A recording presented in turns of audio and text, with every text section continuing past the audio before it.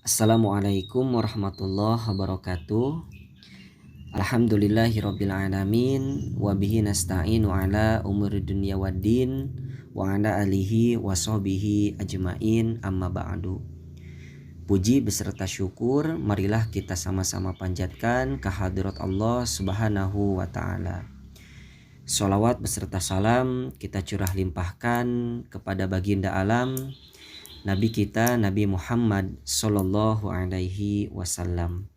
Tidak lupa kepada para keluarganya, para sahabatnya, dan mudah-mudahan sampai kepada kita selaku umatnya. Amin ya Allah ya Rabbal Alamin.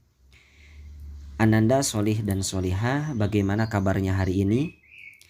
Bapak doakan senantiasa selalu diberikan kesehatan. Amin ya Allah ya Rabbal Alamin. Syukur alhamdulillah kita semua bisa bertemu kembali. Nah, sebelum memulai kegiatan pembelajaran kali ini, alangkah baiknya kita mulai dengan membaca bismillah terlebih dahulu. Bismillahirrahmanirrahim.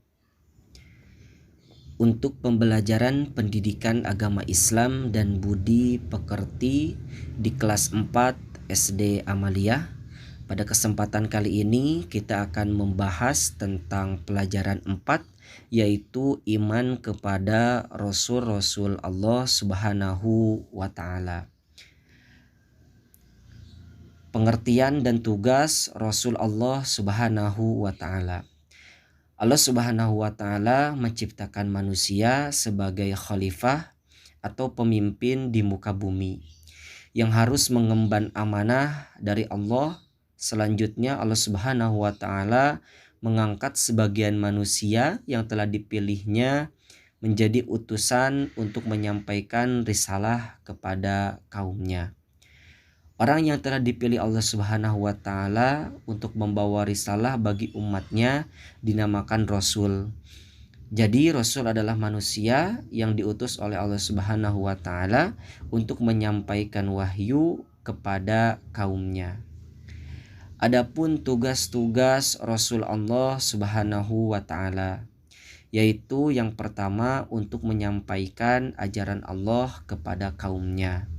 Yang kedua untuk memberi petunjuk kepada umatnya. Yang ketiga sebagai uswatun hasanah ataupun teladan bagi umatnya.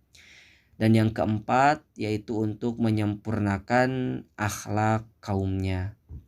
Sebagaimana Allah Subhanahu wa Ta'ala berfirman dalam Quran surat Al-Ahzab ayat 21, laqad kana lakum fi rasulillahi uswatun hasanah liman kana yarjullaha wal yaumal akhir wa zakarallaha katsira. Yang artinya sesungguhnya telah ada pada diri Rasulullah itu uswatun hasanah, suri tauladan yang baik bagi orang-orang yang mengharap rahmat Allah dan kedatangan hari kiamat, dan dia banyak menyebut nama Allah Subhanahu wa Ta'ala. Cara-cara beriman kepada Rasul Allah Subhanahu wa Ta'ala. Bagaimana cara kita beriman kepada Rasul Allah Subhanahu wa Ta'ala? Yaitu dengan cara mentaati dan menjalankan segala ajaran-ajaran Allah Subhanahu wa Ta'ala.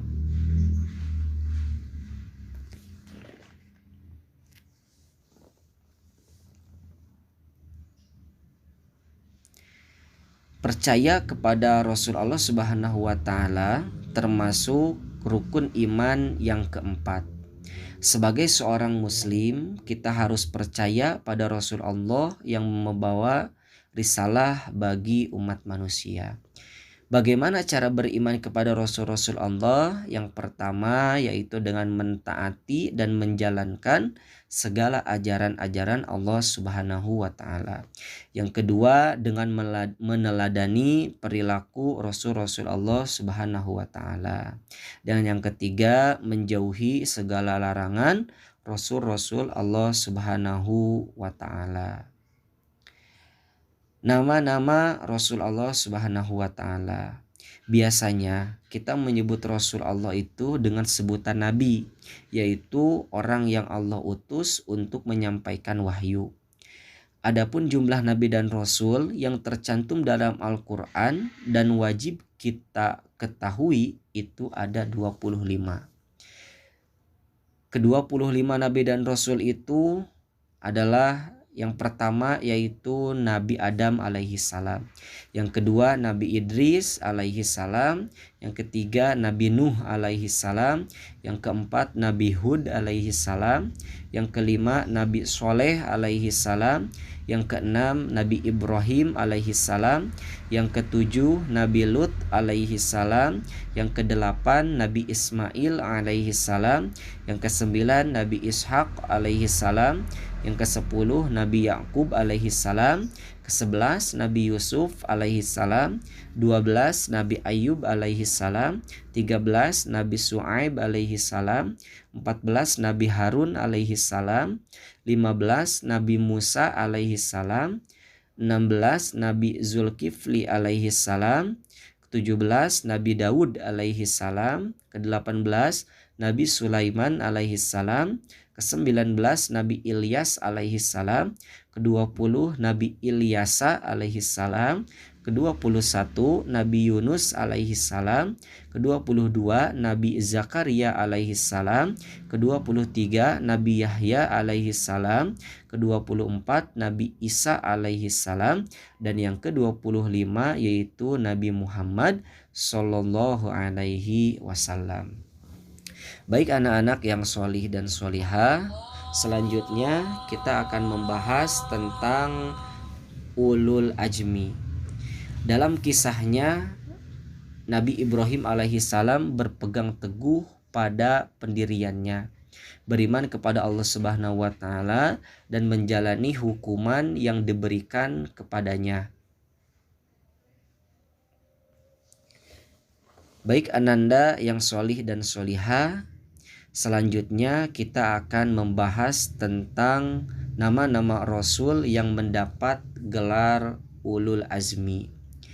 Dalam kisahnya Nabi Ibrahim alaihi salam berpegang teguh pada pendirian, yaitu beriman kepada Allah Subhanahu wa taala dan menjalani hukuman yang diberikan kepadanya. Itulah ketabahan dan keuletan Nabi Ibrahim alaihi salam dalam menyampaikan ajaran Allah, sehingga Allah memberi gelar kepada Nabi Ibrahim dengan sebutan ulul azmi. Jadi ulul azmi adalah suatu gelar yang diberikan kepada Rasul Allah yang memiliki ketabahan dan keuletan luar biasa dalam berdakwah dan menyampaikan ajaran Allah Subhanahu wa taala. Selain itu, biasanya memiliki mukjizat dari Allah Subhanahu wa taala. Nama-nama Rasul yang mendapat gelar ulul azmi. Yang pertama yaitu Nabi Nuh alaihi salam. Mendapat gelar ulul azmi karena ketabahannya menghadapi kaum Bani Rasib. Yang kedua Nabi Ibrahim, ketabahannya dalam menghadapi Raja Namrud dan kaumnya. Yang ketiga yaitu Nabi Musa, mendapat gelar ulul azmi karena ketabahannya dalam menghadapi Raja Fir'aun. Yang keempat yaitu Nabi Isa, mendapat gelar ulul azmi karena ketabahannya dan keuletan dalam menghadapi kaum Bani Israel. Yang kelima yaitu Nabi Muhammad sallallahu alaihi wasallam, mendapatkan gelar ulul azmi karena ketabahan dan keuletan dalam menghadapi kaum kafir. Mukjizat yang diberikan Allah kepada nabi dan rasul yang menerima ulul azmi. Yang pertama yaitu Nabi Nuh alaihi salam, diberi mukjizat dapat membuat perahu yang amat besar. Yang kedua yaitu Nabi Ibrahim alaihi salam, diberi mukjizat oleh Allah tidak hangus dibakar oleh Raja Namrud dan pengikut-pengikutnya. Yang ketiga yaitu Nabi Isa alaihi salam, diberi mukjizat bisa membuat burung sehingga burung itu hidup padahal terbuat dari tanah dan dapat menghidupkan orang mati serta menyembuhkan penyakit. Yang keempat yaitu Nabi Musa alaihi salam, diberi mukjizat oleh Allah tongkat yang bisa berubah menjadi ular yang sangat besar Dan yang kelima yaitu Nabi Muhammad SAW diberi mukjizat dari celah-celah jarinya keluar air, dapat membelah bulan dan mendapatkan mukjizat yang paling besar yaitu kitab suci Al-Quran. Baik anak-anak yang solih dan solihah, bagaimana cara kita membedakan Nabi dan Rasul Allah Subhanahu wa Ta'ala? Seorang laki-laki yang mendapat wahyu dari Allah untuk dirinya sendiri dan tidak wajib menyampaikan kepada umatnya disebut dengan Nabi.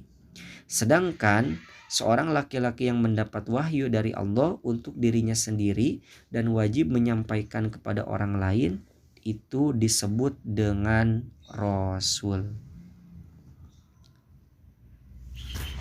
Baiklah ananda solih dan solihah, sekian materi yang bisa Bapak sampaikan. Jika ada yang ingin ditanyakan, silahkan isi di kolom komentar. Tidak lupa juga untuk mengisi absensi dan mengerjakan tugas melalui Google Form yang telah disediakan. Tetap semangat belajar dan mengerjakan tugasnya di rumah. Semoga kita semua senantiasa selalu diberikan kesehatan. Amin ya Allah ya Rabbal Alamin. Kita tutup dengan doa kifaratul majlis. Subhanaka Allahumma wa bihamdika asyhadu alla ilaha illa anta astaghfiruka wa atubu ilaik. Wabillahi taufiq wal hidayah. Wassalamualaikum warahmatullahi wabarakatuh.